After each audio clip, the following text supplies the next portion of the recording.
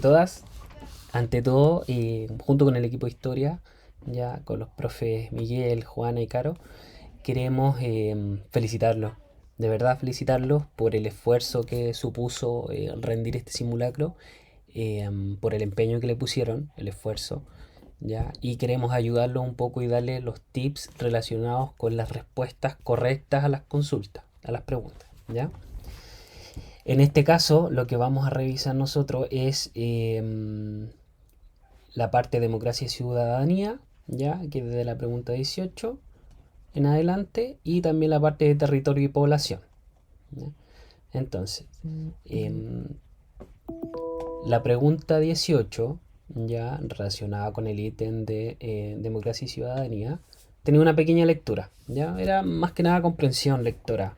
No tenían que saber nada para poder responder esto, solamente tenían que leerlo. ¿Ya? Y vamos a leer de forma rápida y el texto, ¿ya? Dice, a nadie le cabe duda que estamos en un mundo globalizado y que Chile puede jugar un papel importante dentro de Sudamérica, ¿ya? En este marco, recalca el lector de noticias de TVN, es que han ingresado más de 30 empresas transnacionales que ofrecen servicios para el exterior y sobre todo en el área de informática. A lo mejor no está lejos el día en que nuestro país deje de ser un proveedor de materias primas y pase a ser un proveedor, un vendedor de servicios. Así terminó el comentario del lector de noticias de 24 horas de TVN sobre el reportaje de inversión en Chile, viernes 27 de junio de 2003, ¿cierto? Esa es la lectura. Y a partir de lo anterior se puede concluir que 1. Chile está inserto en la economía globalizada y tiene un interesante posicionamiento, ¿cierto? 2. Se asegura que las inversiones se mantendrán en el tiempo.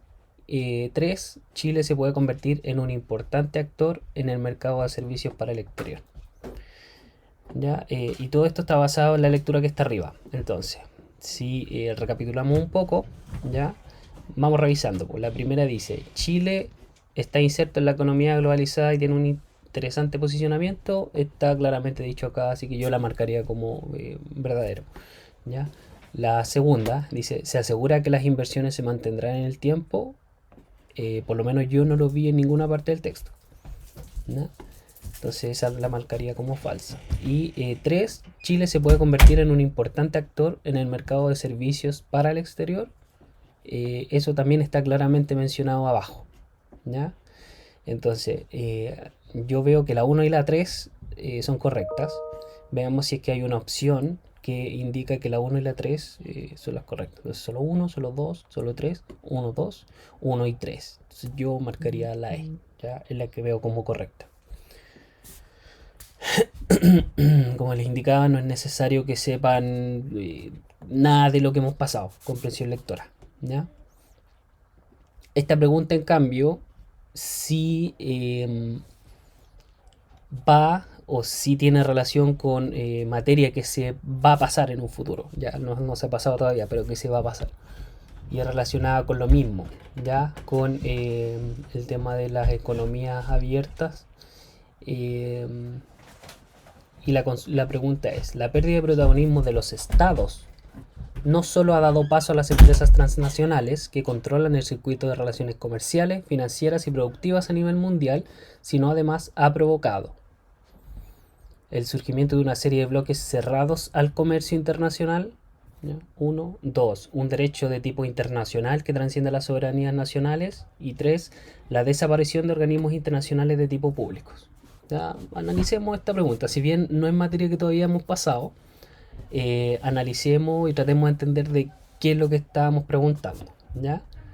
Entonces, en el ámbito de economía globalizada, en donde empresas transnacionales, las transnacionales son empresas gigantes, ya que están presentes en múltiples partes del mundo, como por ejemplo empresas de, no sé, podría darle un ejemplo como Movistar, por ejemplo, podría ser una transnacional. Movistar es una empresa que es de una filial española, o sea, una matriz española y tiene filiales en un montón de otros países. Por eso cumple con ser transnacional, ¿ya? Entonces, ¿qué es lo que empresas de ese tipo o la proliferación de empresas de ese tipo produce ya en la economía mundial? Vamos analizando el surgimiento de una serie de bloques cerrados al comercio internacional. La verdad es que no lo veo como algo verdadero. Todo lo contrario, ya las economías tratan de ser cada vez más interconectadas. ¿Ya? Dos, un derecho de tipo internacional que trasciende las soberanías nacionales. ¿Ya? Esto lo tendríamos que analizar más en detalle, pero les voy a dar un tip súper corto. ¿Ya? Esto es verdadero porque son cosas que pasan y están pasando en la actualidad. Ya existen tribunales internacionales relacionados con el ámbito económico, ¿ya? Y en donde los países que firman convenios para estar regidos por estos tratados ceden, en este caso, o en realidad las normas se aplican en todos los países igual, independiente de las normativas locales, ya como que las trascienden. Si han escuchado por ahí, si han escuchado hablar por ahí del TPP-11, ya pueden leer un poquito más para informarse. Es algo de este mismo tipo, ya es algo relacionado completamente con esto. Por lo tanto, ya tenemos la 2 que es real, que es verdadera. La 3, la desaparición de organismos internacionales de tipo público, yo la marcaría como falsa, la verdad, porque no es algo que esté relacionado. No está relacionado. O sea, la disminución no desaparecen organismos como la Organización Mundial de la Salud, por ejemplo, y cosas de ese tipo, por, eh, em, por asociaciones financieras o económicas. Yo las separaría. ¿Ya? Dejaría solamente las dos como verdaderas. Luego, veamos. Observe la siguiente tabla y responda a las preguntas 2021. Y esta tabla nos entrega datos acerca de la pobreza, ¿ya? Porcentual, dice, cantidad de personas que vive con menos de 1.25 dólares al día. 1.25 dólares, para nosotros está como, imagínense, 800 pesos el dólar. Un dólar y cuarto serían como 1000 pesos, ¿ya? Personas que viven con 1000 pesos al día. Eh, Según esto, está como situado en regiones del mundo, ¿ya? Asia Meridional, África del Sur, América Latina y el Caribe, Asia Oriental, ¿ya? Y salen unos porcentajes. Claramente acá, si se ponen a analizar la tabla, África del Sur y el Sahara tiene un porcentaje casi la mitad de su población que vive con menos de 1000 pesos al día, ¿ya? Entonces veamos las preguntas que están relacionadas con esta tabla. ¿Cómo era la tasa de pobreza de América Latina en el año 2011? Claro, porque esta tabla es del 2011. ¿Cómo era? ¿Ya? América Latina, 4.6%. Tuvo menor porcentaje que Oriente Medio. Oriente Medio tiene 1.7, entonces no, esa es falsa. ¿Tuvo un porcentaje mayor que el de Europa? Europa tiene 0.5, sí, esa es verdadera. ¿Tuvo la menor tasa de porcentaje en las regiones? No, porque claramente Europa es la que tiene menos. ¿Ya? ¿Tuvo el doble de pobreza que África del sur al Sahara? No, ese es falso también. Por lo tanto, la verdadera vendría siendo la B. ¿Ya? Luego, a partir de los datos, ¿cuál es el factor que explica la diferencia de la situación de pobreza entre África del sur, del Sahara y Europa? Esta es una respuesta abierta, ¿ya? Ustedes tendrían que hacer un análisis, más o menos saber las situaciones actuales de las regiones y poder establecer algunas casuísticas de esto, ¿ya? ¿Qué podría decir yo, por ejemplo? África del Sur, el Sahara, son regiones muy asoladas por la violencia, por la guerra, son regiones ya en donde no se han logrado desarrollar de forma correcta, fueron regiones colonizadas, eh, hay un alto número de enfermedades, ya la pobreza es muy alta, claro, ahí se está mencionando. No se ha logrado establecer un modelo de desarrollo, ya que sea estable, ya son naciones que son políticamente muy inestables también. Cualquiera de esos datos hubiera sido válido. Ya hay muchas posibles explicaciones y lo más probable es que la explicación final sea la suma de todas estas características, ya, o todas estas causas. Pero ustedes tenían que poner un factor. ¿Cuál es un factor que explica la diferencia en la situación de pobreza? Claramente Europa es una región mucho más consolidada en los ámbitos económicos, ya es mucho más estable políticamente, ya, y en realidad eso hace que haya menos enfermedades, que hayan eh, muchos mejores servicios, la gente tenga acceso, mucho mejor acceso ya a salud, por ejemplo, y a recursos. Entonces, como les digo, hay múltiples factores que se podrían nombrar, ahí ustedes tenían que poner uno. ¿Ya? Con respecto al territorio y población, ¿ya? Esta parte habla más que nada de todas las características geográficas, geopolíticas también de América Latina, ¿ya? Centrado en América Latina. Entonces, lo primero que nos muestra es un mapa político, ya, un mapa político en donde salen todos los países, ¿cierto?, que forman parte de América Latina. Y la pregunta 22 nos pide que indiquemos cuáles son los límites geográficos de América Latina, norte, sur, este y oeste, ¿ya? Entonces, el límite norte, o sea, arriba, ¿cierto? América Latina limita con Estados Unidos. ¿Ya? Al sur, abajo, América Latina limita. Hubiera sido válido poner donde se juntan los océanos Pacífico y Atlántico. Muchos pusieron la confluencia del Atlántico y el Pacífico. O también el continente Antártico. Está aquí abajo. ¿Ya? Está al sur. Esos son los límites. Al este, en este caso, a la derecha, los límites son.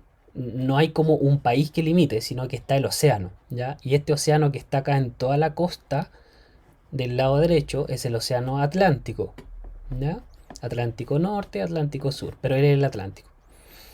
Y en esta parte de acá, que es el límite de la parte izquierda, que vendría siendo el oeste, ya está el océano Pacífico. Entonces los límites finalmente de América Latina sería Estados Unidos, ¿cierto? La confluencia de los océanos Pacífico y Atlántico o la Antártida. Al oeste el océano Pacífico y al este el océano Atlántico. Eso era, nada más que eso. Ya luego se presenta un mapa de climas en América Latina. Dice, estos son los tipos de clima y los países en los que se presentan las regiones más que nada, ya, porque el clima no le interesan los límites, sino que son regiones establecidas. Y la pregunta que viene a continuación, ¿cuál es el tipo de clima que predomina en América del Sur según el mapa? No es necesario que ustedes lo conozcan. Ven el mapa, ¿cierto? Y dicen, claramente acá hay una predominancia del amarillo claro y el amarillo oscuro. ¿Ya? Se ve que es mayor que el de todo el otro tipo de colores. Entonces yo ubico acá en la información que está dada y me dice, los climas cálidos o tropicales sin estación seca o con estación seca son los amarillos, ¿ya? Amarillo oscuro, amarillo claro. Y después está todo el resto. Entonces una respuesta correcta hubiese sido, como yo no puedo determinar a ciencia cierta si el amarillo claro o el amarillo es mayor que el amarillo oscuro, ¿ya? Porque no tengo las herramientas para medir precisamente. Puedo tomar los dos en un bloque y decir que el subtipo cálidos o tropicales es predominante y hubiera sido una respuesta correcta, ¿ya? ¿Por qué no declarar que es sin estación seca con estación seca? Porque la verdad es que no tengo cómo determinarlo a ciencia cierta con las herramientas que tengo actualmente, sino que lo que puedo ver es que los cálidos o tropicales, que es el conjunto de estos dos, son los que claramente predominan, ¿ya? Luego tenemos la pregunta 24. Ya tenemos otro mapa que tenemos que interpretar. Pero este mapa viene con una lectura. ¿Ya? Viene con una lectura y esa lectura dice, el cinturón de fuego del Pacífico se formó como consecuencia del movimiento de las placas tectónicas. La litosfera de la Tierra, que incluye la corteza, está dividida en grandes losas o secciones de unos 80 kilómetros de espesor conocidas como placas. ¿Ya? Las placas, las cuales encajan entre sí pero no están completamente unidas, pues se mueven como resultado de procesos internos del planeta que suceden miles de kilómetros debajo de la superficie terrestre. Mientras estas losas se mueven encima del manto ¿ya? Tienden a chocar y separarse entre sí, y a veces hundirse unas debajo de otras. Entre tanto, los bordes de las placas se producen intensa actividad geológica y se generan zonas particularmente activas, ¿ya? Chile, si se fijan, por toda nuestra costa o en todo nuestro borde, somos parte de la placa de donde se junta la placa de Nazca con la placa sudamericana, ¿ya? Y somos parte de lo que se llama el anillo de fuego del Pacífico, ¿ya? Que es una región en donde se juntan varios tipos de placas y son zonas que son conocidas, muy conocidas, por tener alta actividad volcánica, alta actividad sísmica, ¿no?